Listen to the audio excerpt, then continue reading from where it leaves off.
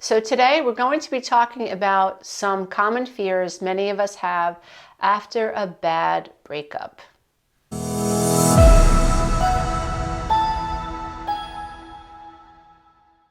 If you love this content, please don't forget to click the subscribe button and the notification bell. This way, every time I upload a new video, you will be the first to know. Let's face it, breakups are really difficult, and oftentimes we can find ourselves at the end of a relationship and even knowing that the relationship should come to an end, but we're clinging, we're holding on. And lots of times people write me even on YouTube or Instagram or send me emails asking, why did I hang on for so long? I saw the red flags, but I couldn't bring myself to ending the relationship. Sometimes it's the result of being codependent, meaning that we fear abandonment, we have an anxious attachment style, we don't want to be alone, and the idea of ending a relationship is absolutely frightening because we're other focused. We gain our sense of self by how well we're able to take care of other people. And it's totally below the veil of consciousness. We don't know we're doing it. Oftentimes we just see ourselves as good people. We see ourselves as kind. We are people who hear ourselves saying, well, I'm the peacekeeper. We are the people who are the first person to jump up when someone needs something at the dinner table. They haven't even asked for it, and we're like jumping up, anticipating the needs of this person who needs a butter knife to butter their bread. They haven't even asked where's the butter knife, but we know, we can sense, we can feel like they need a butter knife, and so we jump to it.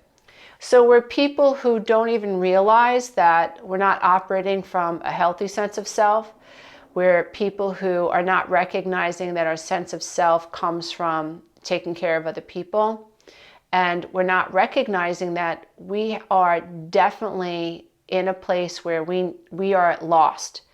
And we will continue to lose ourselves inside of relationship dynamics until we get a hold of where it is where we are getting our value from. And if we stay on the codependency recovery path long enough, we are afforded the opportunity to understand what we're doing wrong. We understand why we're doing what we're doing wrong. And if we're really fortunate, we develop enough life skills around being able to correct the way we see ourselves. In other words, we learn to value the self. We find value in our needs, and we learn to meet our own needs. So we're not reliant upon other people anymore for our sense of self. We are not doormats anymore. We don't tolerate people's abuse anymore. We realize that boundaries are necessary, boundaries are good, and they help us feel safe in the world.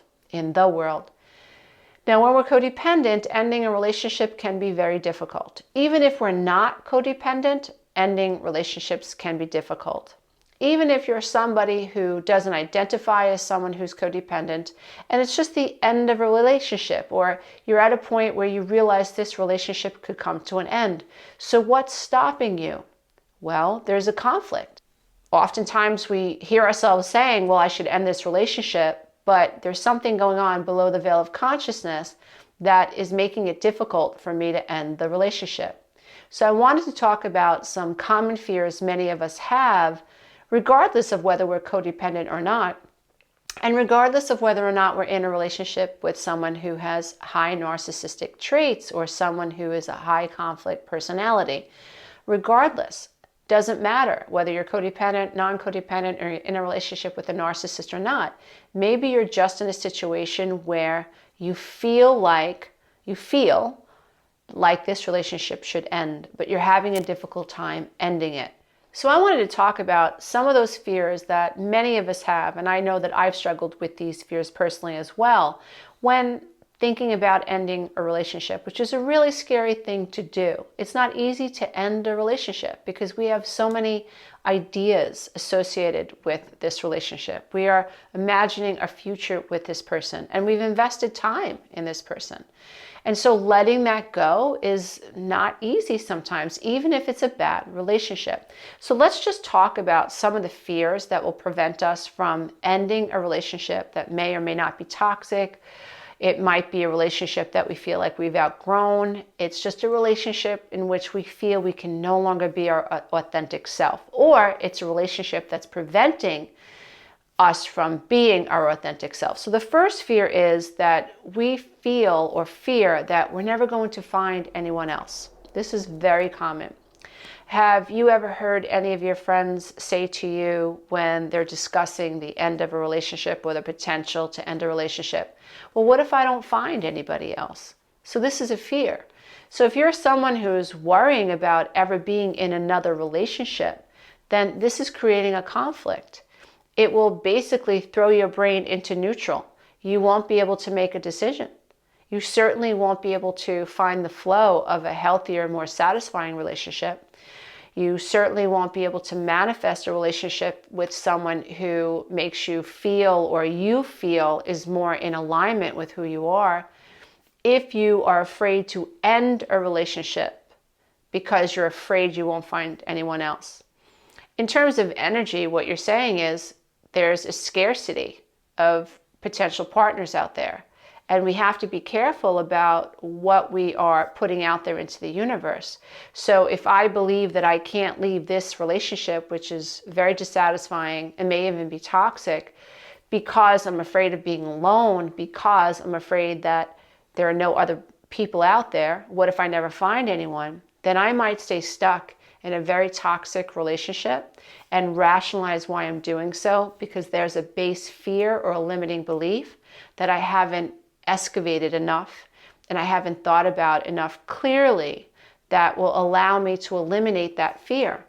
As long as you are in fear of never finding anyone again, you are at risk of staying in a toxic and unfulfilling relationship. So you want to be very, very careful that you're looking at this fear very logically. Does it make sense that you would never find another person ever? I mean, if you move to another continent, does it make sense that you would never find another person? Does it make sense that if you move to another town, you'd never find another person?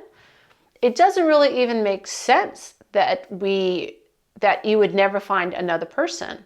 Of course you could find another person, but when we're talking about fears and letting go of the bird in the hand, the fear will manifest as a thought. Well, what if I never find another person? And I think that fear or that belief of you're never going to find another person is really your fear of the unknown. Your lack of faith in yourself.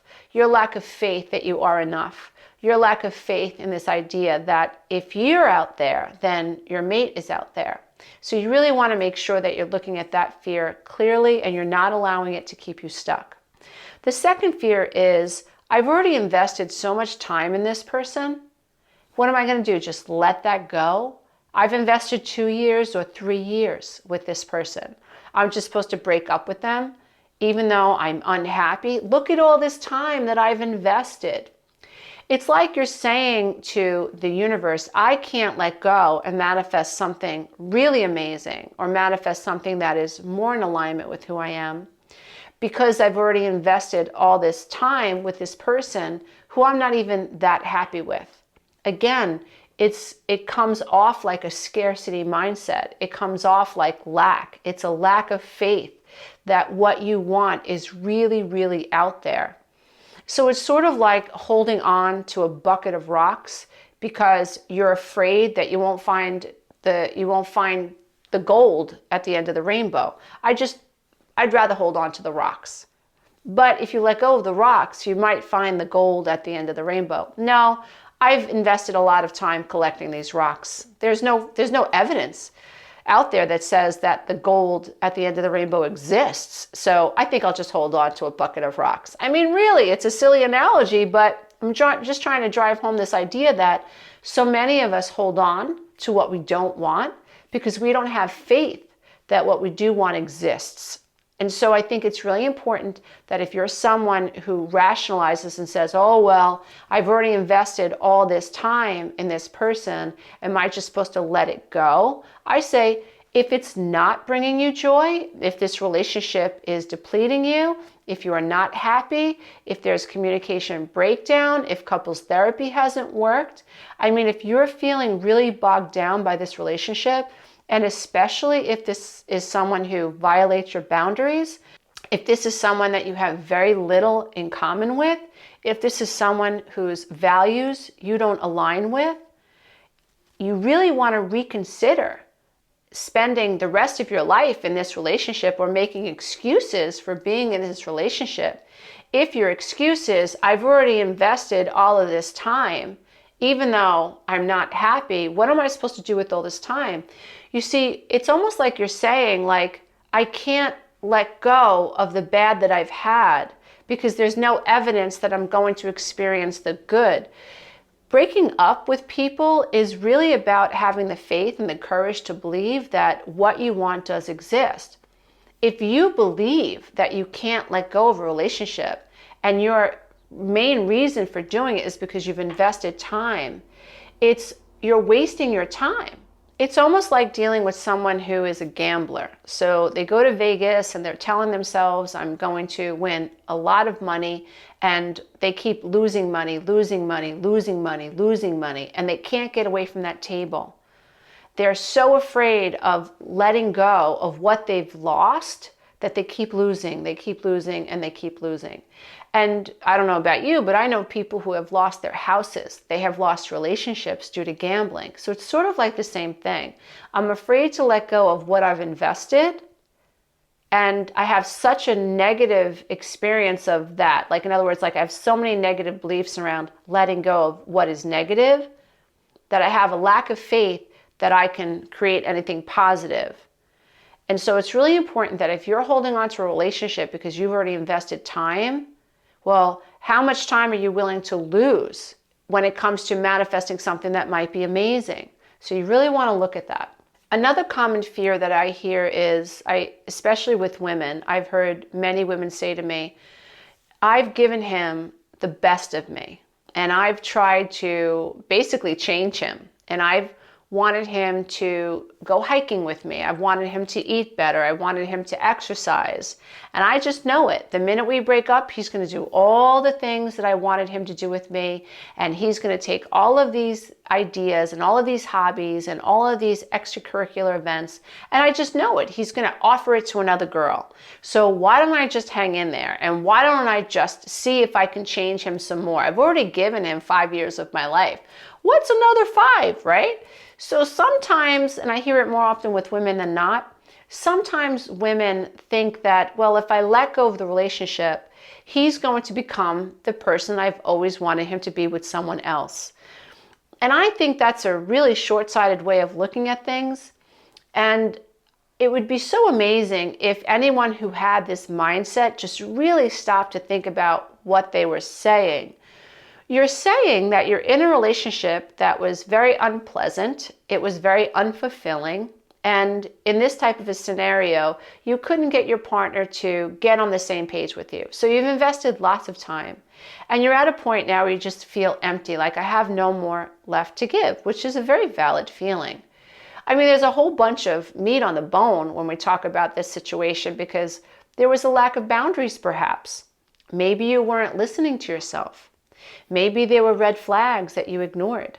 Maybe you just believed, oh, I'll give it a little bit more time. I'll change him. I'll work on him. And then when he doesn't change, when he remains the person that he was when you met him, you can feel wounded. But it's oftentimes because we've ignored the red flags and we haven't listened to ourselves and we haven't honored ourselves. And now we're angry and we're depleted that this person that we've manifested hasn't morphed into the person that we've wanted him to become. I'm not referring to narcissistic relationships where we have a narcissist who idealizes you in the relationship and who may take on your characteristics in the beginning and through the idealization phase, and who is future faking, who's making all of these promises and is really unable to commit to you in an authentic way. And now you're left feeling like you were totally hoodwinked by this person. That's not what I'm talking about. Many times we get into relationships with people, there are red flags, we ignore them, and we think we'll be able to change the person, and we can't. And then we can end up feeling defeated and as if this person has done us wrong, when I think a fair analysis is, what have I ignored? What red flags have I just pretended didn't exist? And if we have a fear of leaving a relationship because we don't think we're going to find another relationship, we can definitely fall prey to this mindset of, well, I might as well just hang in there and keep trying to change him, keep trying to get this person to be what I want them to be. And it's very dysfunctional. But let's say you are someone now who is at this point where you are totally exasperated and now the fear is coming up in you like, sure, now he's going to become the person I've always wanted him to be. Chances are, dear one, that's not going to happen. That's your fantasy. Your fantasy is he will one day become what you want him to be. So it's the fantasy that you're projecting into the future. You're assuming that this person is going to become the man that you've always wanted him to become.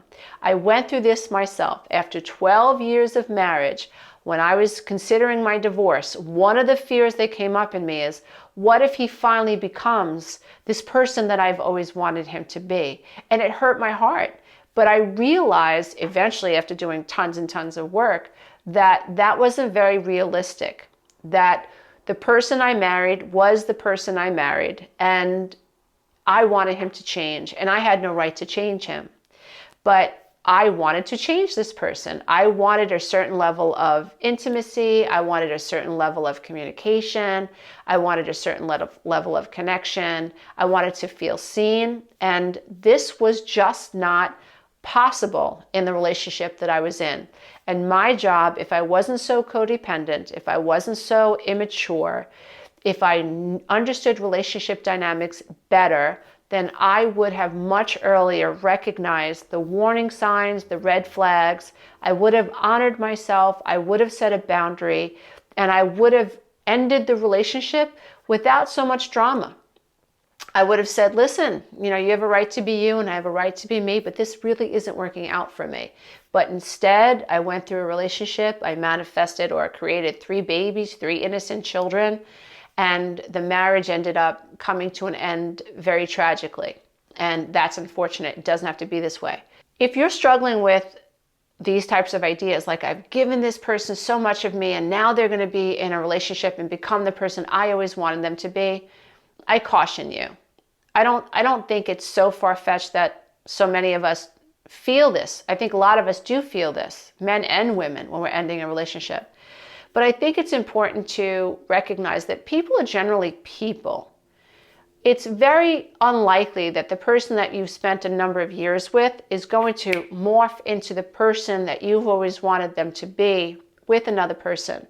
Chances are this person, even in the beginning, might try to swoon the other person and convince the other person that they are a much more compatible person to the new partner than they actually are. In time, your ex or whoever it is going to be who they are. And that's really none of your business. Tough love there, dear one. Like, it's really none of your business. Your focus has to be on you. Your focus has to be on what do you want. In fact, if you're really, really on the healing path and you're really advancing, you bless your ex. You say, listen, I wish you well, but this shoe just doesn't fit anymore. I wish you no harm. I want to focus on myself. I want to get clearer about what I need. And I really hope that you're happy one day. That's the mature way of looking at it. And that's the mature way of letting go of our relationship. Another fear that we have is, what are people going to think? In our society, lots of times, I see it with my children who are single. They're in their mid-30s and they're single. And I feel it. One of the things that even my friends ask is, so, is so-and-so seeing anybody? So, is so-and-so serious with anybody? So, is so-and-so thinking about starting a family? So even in our society, it's presumed that people should be with a partner and it should be a committed relationship. And it's almost like there's something wrong if you're single. And I think that we can pick up on those fears. If our parents expect us to be single, if our friends expect us to be single, and we are contemplating ending a toxic relationship, or we're just ending a relationship that it just doesn't fit anymore, and that, by the way, is your right to do that, then we might have a fear pop up that has us wondering about what other people are going to think about us being single or ending a relationship, especially if the people that we love like this person. You know, sometimes you might want to end a relationship with someone that other people like, and you have to honor yourself. I mean, I'm not talking about someone who lacks responsibility when it comes to relationships, and they lie to people to get them inside relationships, and they just hop from relationship to the next, from one relationship to the next, without much care and consideration, almost like exploiting the people that they're attracting into their lives. I'm not talking about that. I'm talking about being in a relationship with someone that your friends, your family like and they enjoy, but you, for whatever reason, and there could be so many of them, you don't feel like your values align. Or you feel like this person wants to move around too much and you're more of a homebody, or vice versa. It's just in terms of long-term compatibility, you feel in your gut, it's not going to make sense. And you're someone who is considerate. You know that how you feel and the way that you think is going to affect this other person. And if this person has warm feelings for you and they want the relationship to bloom, they want it to move forward, then you're considerate of how they feel. But at the end of the day, you're going to honor yourself. You're going to be authentic, and you're going to be considerate about how this person takes the breakup. That's basically what I'm talking about. We can become so overwhelmed by what other people think, including what our partners think, that we lose the ability to honor the self and end the relationship. And throughout our lifetimes, we're going to experience many different relationships. Some people will come, some people will go. And with every relationship, we're going to learn something about not only the other person, but about ourselves. Even in the worst relationships, we are learning the most sometimes.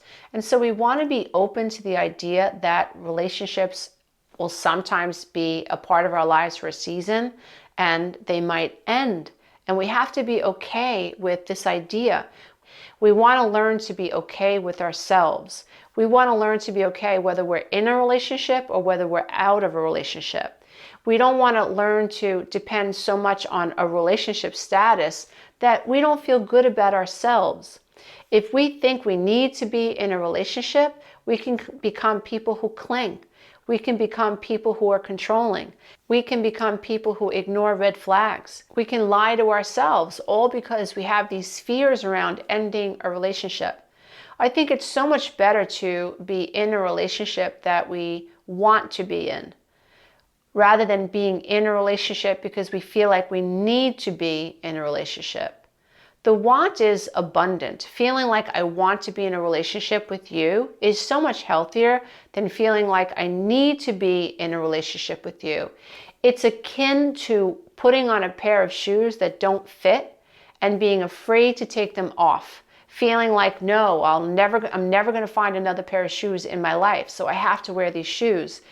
And the shoes are destroying your feet. They're throwing your arch off. They're throwing your walking off. They're damaging your ankles. They're damaging your knees. They're damaging your hips, damaging your spine, and damaging your neck. You're so afraid to take off these shoes, even though they're painful, simply because you're afraid you'll never find another pair of shoes again. And if you think about relationships that way, it might be easier for you to recognize that just because you're in a relationship doesn't mean that relationship has to work. How many times have you been in a relationship, or do you know people who, once they get a hold of a relationship, because they have all of these fears, the biological clock is ticking, I'm never going to find anyone, I hate to date, online dating sucks, I'm afraid of who I'm going to meet, I have to force this square into a hole, I'm afraid to let go. It's totally scarcity mindset. But we don't realize it, and we hang in there because of these subconscious beliefs and sometimes conscious beliefs. So really make sure that you're investing and you're putting time into investigating what limiting beliefs may be preventing you from moving forward after a breakup, and what limiting beliefs might be keeping you stuck in the wrong relationship. I hope this has been helpful. Namaste, everybody. Until next time, as I bow to the love and the light that is absolutely in you. Bye for now. Hey, if you love this content, don't forget to check out the next video, and you can go to my website and take the codependency quiz.